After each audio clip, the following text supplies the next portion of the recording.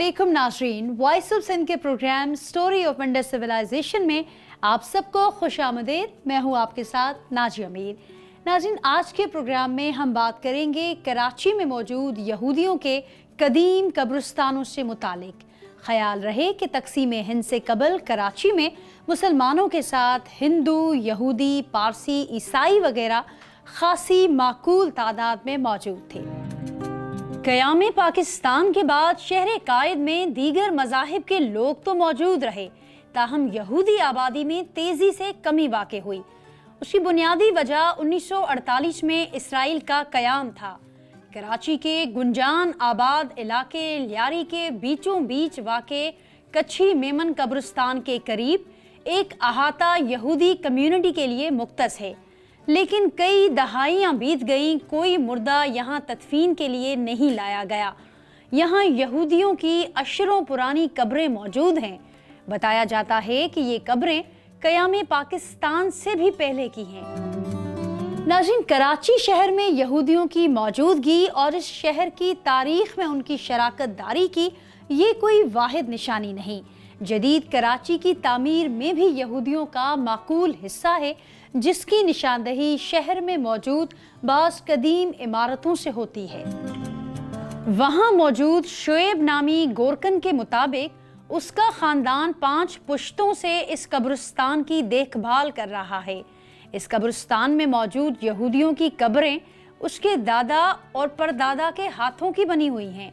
वक्त बीतने के साथ ये कब्रें अब खस्ता हाली से दो चार नजर आती हैं। क़याम पाकिस्तान से कबल कराची में यहूदियों की एक मुतहरिक कम्युनिटी आबाद थी, जो शहर की आबादकारी और फलाह व बहबूद में हिस्सा लेती थी।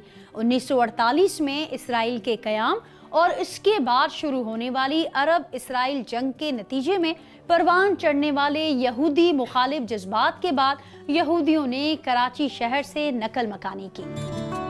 कराची से जाने वाले यहूदियों में बेशतर वो थे जो यूरोपीय ममालिक से ताल्लुक़ रखते थे और अपने हुलिये और शक्ल से बआसानी पहचाने जाते थे। ताहम जब 1950 की दहाई में हुकूमत ने शहरियों की शनाख्त के लिए मजहब को लाजमी करार दिया, तो बाकी रह जाने वाले यहूदी भी मुल्क छोड़ने लगे।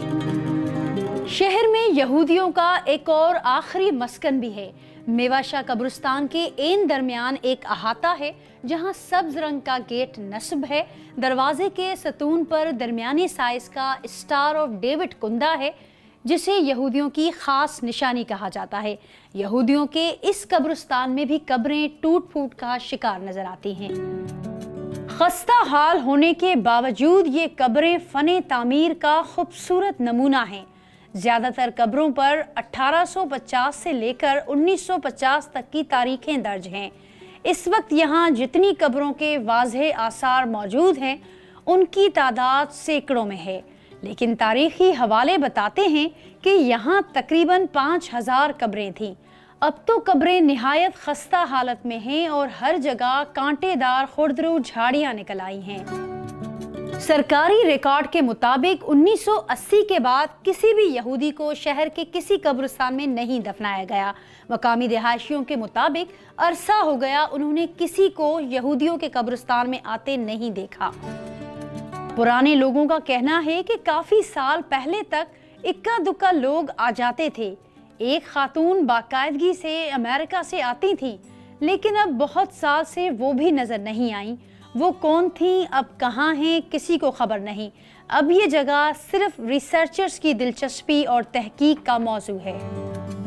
यहूदी कम्युनिटी के ये कदीम कब्रिस्तान खस्ता हाली के बायस हुकूमती तवज्जो के मुतकाजी हैं।